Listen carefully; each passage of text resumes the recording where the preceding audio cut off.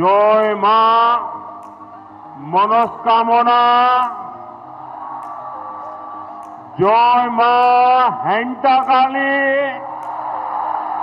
আমাদের পিএম তো হ্যান্টাকালী এবং মনস্কামনা নাম মালদাতে এসে উল্লেখ করে গেছে, সেই হিসাবে আমরা চললাম আজকে মনস্কামনাতে। যাই হোক, আমরা হ্যান্টাকালীতেও গেছিলাম। যদি ভিডিওটা না দেখে থাকো, আমি ডিসক্রিপশন বক্সে লিঙ্ক দিয়ে দেবো, অবশ্যই দেখো। যাই হোক, অনেকদিন মনস্কামনাতে যাইনি, তাই আমরা সপরিবারে চললাম মনস্কামনাতে কিছু পুজো টুজো দিতে এবং মনস্কামনা তো দীর্ঘদিন যায়নি, সেই হিসাবে একটু ভিজিট করতে। যাই হোক, ভিডিও শুরুর আগে তোমরা যদি চ্যানেলে নতুন হয়ে থাকো এবং চ্যানেলটা এখনো সাবস্ক্রাইব না করে থাকো, তাহলে কী করছো, তাড়াতাড়ি সাবস্ক্রাইব করে দিও, কারণ নতুন নতুন ভিডিও খুব তাড়াতাড়ি আসতে চলেছে। যাই হোক, আমাদের বাড়ি থেকে মোটামুটি 10 থেকে 15 মিনিট লাগে মনস্কামনা যেতে, সেই হিসাবে টোটো রিজার্ভ করে সপরিবারে বেরিয়ে পড়েছি মনস্কামনাতে পুজো দিতে এবং মনস্কামনাতে দর্শন করতে।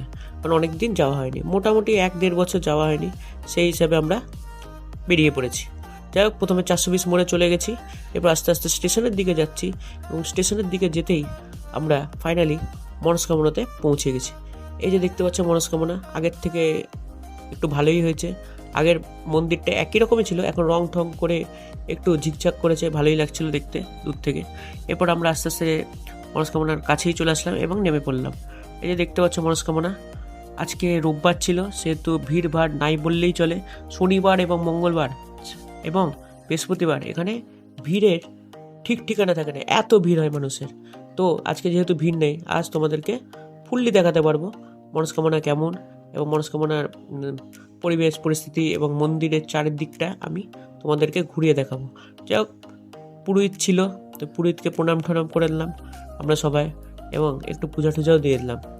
যেহেতু রবিবার ছিল, সেহেতু ফাঁকাই ছিল এবং কোনো ঝুট ঝামেলা ছিল না। এবার তোমাদেরকে দেখাচ্ছি ভিতরের পরিবেশ এবং পিছনটা এবং সামনেটা, এদিক ওদিক সমস্ত কিছু দেখাতে চলেছি।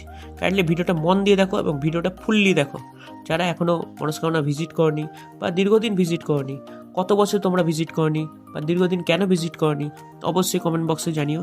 যাই হোক, এটা হচ্ছে মনস্কামনা। এই যে পিছন দিকে দেখতে পেলে এবং রাস্তাঘাট দেখতে পাচ্ছ, এই জায়গাটাতেই উল্টো দিকে মনস্কামনা।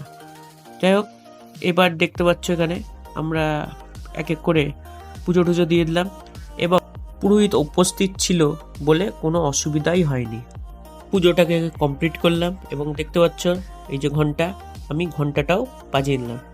যাই হোক, এরপরে আমার মা পুষ্প নিয়ে আসলো, পুষ্পটা সবারই মাথায় এক এক করে ঠেকিয়ে দিল। এবার তোমাদেরকে মনস্কামনার ভালোভাবে ছবিটা দেখায়। এই যে দেখতেই পাচ্ছ, এটাই হচ্ছে মনস্কামনার মন্দির। এই যে পুরোহিত মশাই তিনি বসে আছেন, আগে যিনি ছিলেন তিনি মারা গেছেন, তার একটা সমাধিস্থলও বানানো হয়েছে, সেটা আমি দেখাচ্ছি একটু পরে।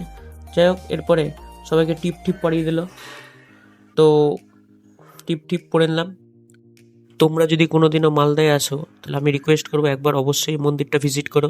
মন্দিরটার নামেই রাস্তা আছে মনস্কামনা রোড, যেটা যেতে গেলে তোমাদেরকে স্টেশন পার স্টেশনের রাস্তা ধরেই তোমাদেরকে মনস্কামনা রোডে আসতে হবে। যাই হোক, এরপরে আমরা সমস্ত পূজা টুজা কমপ্লিট করে নিলাম এবং এক এক করে প্রণাম করে নিলাম, প্রণাম ঠনাম করে নিলাম এবং এরপরে আমি চলে গেলাম আরও কিছু ঠাকুর দেখাতে এবং তোমাদের সাথেও কিছু ঠাকুর শেয়ার করতে। বাঁ দিকের ওখানে প্রচুর ঠাকুর দেবদেবীর মূর্তি আছে এবং যারা পুরোহিত ছিল তাদের ছবি টবিও আছে, দেখতেই পাচ্ছ। এবং যে মেন পুরোহিত ছিল এতদিন ধরে, তার একটা সমাধিস্থল টাইপের একটা মূর্তি তৈরি করেছে। এই যে দেখতে পাচ্ছ, ইনি হচ্ছে সেই মানুষ যে আগে পুরোহিত ছিলেন। এরপরে আস্তে আস্তে আমরা বাড়ির দিকে রওনা দিয়ে দিলাম। আর আজকের ভিডিও এখানেই শেষ করে দিলাম। অবশ্যই দেখা হচ্ছে পরের ভিডিওতে। ভালো থেকো।